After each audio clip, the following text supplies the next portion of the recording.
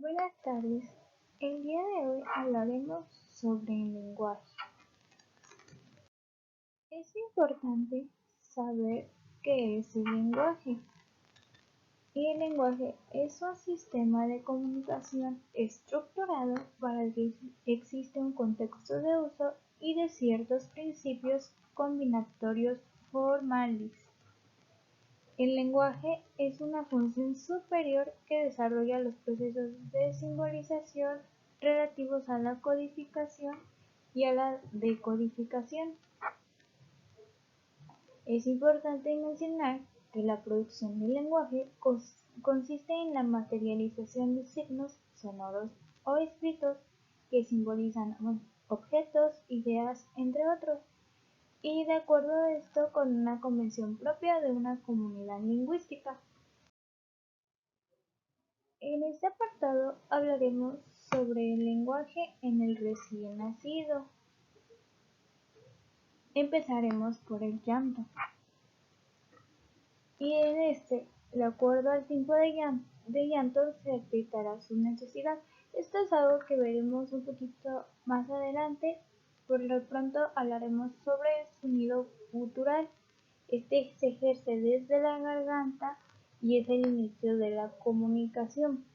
Al decir que se ejerce desde la garganta, hablamos del típico agudo que ejerce el niño intentándonos dar a entender que necesita algo o que quiere algo, y es por ende que se inicia la comunicación.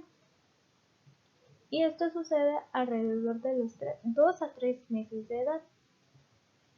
Y ahora seguimos con el balbuceo.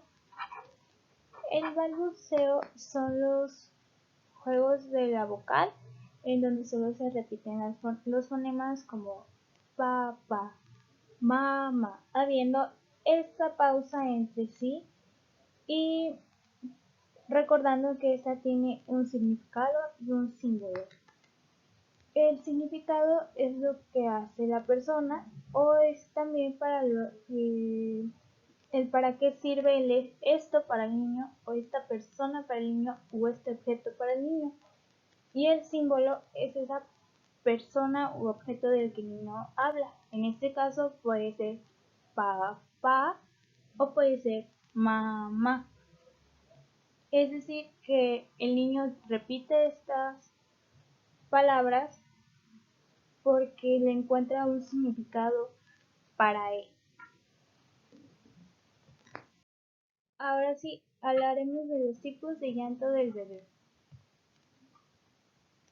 Como primero tenemos el hecho de cuando el niño tiene hambre, que es el llanto más la aflicción, que esto da el significado de buscar. Y con esto quiere decir que buscará a su madre, pues porque sabemos que la madre es la principal en darle de comer al niño usualmente. Entonces esto viene siendo un instinto natural, el de buscar a su madre. Después de esto tenemos el llanto y el berrinche. Este va acompañado de gritos y a veces suele haber lágrimas, pero no siempre debido a que suele ser, pues en lo general, un berrinche en el cual el niño quiere llamar la atención de una persona. Y después de esto tenemos el llanto por cólicos. Este suele ser más duradero, más fuerte, debido a que el niño siente algún tipo de dolor, por decir de cierta forma. Y es importante reconocer estos tipos de llanto, ya que así no tendremos a equivocarnos sobre lo que el niño siente o requiere en ese momento. A su vez, es importante mencionar y recordar que debe haber una estimulación para que después de esto el niño repita las palabras que vimos en la diapositiva anterior. Por lo pronto pasaremos al cómo se evalúa el lenguaje. Bueno, existen 3 tipos de niveles con los que se evalúa el lenguaje, teniendo aquí el subestándar, el estándar y el superestándar.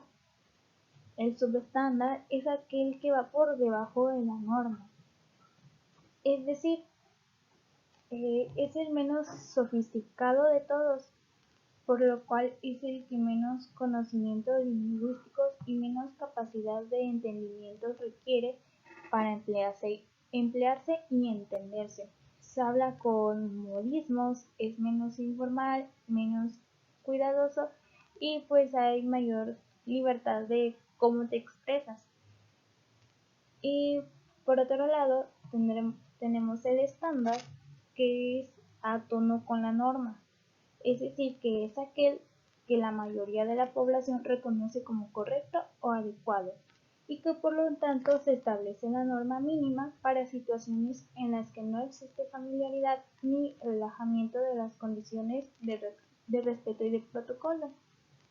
Por otro lado, existe el superestándar, que es por encima de la norma. Es, digamos, el nivel que empleamos para comunicarnos con un desconocido en una situación relativamente formal. Por otro lado, tenemos el aparato fonoarticulador. Aquí viene el aparato fonoarticulador. Bien, este es con el que nosotros solemos expresarnos, es decir, que está compuesto por el oído, la nariz, la boca, los labios, lengua, dientes, paladar, garganta, alvéolos y pulmones. Gracias a esto existe la posibilidad de que nosotros podamos hablar y comunicarnos.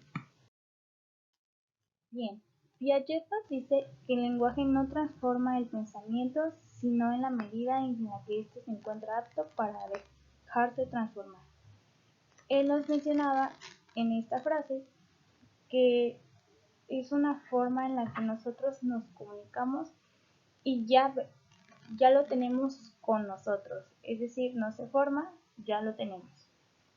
Y eso sería todo. Muchas gracias.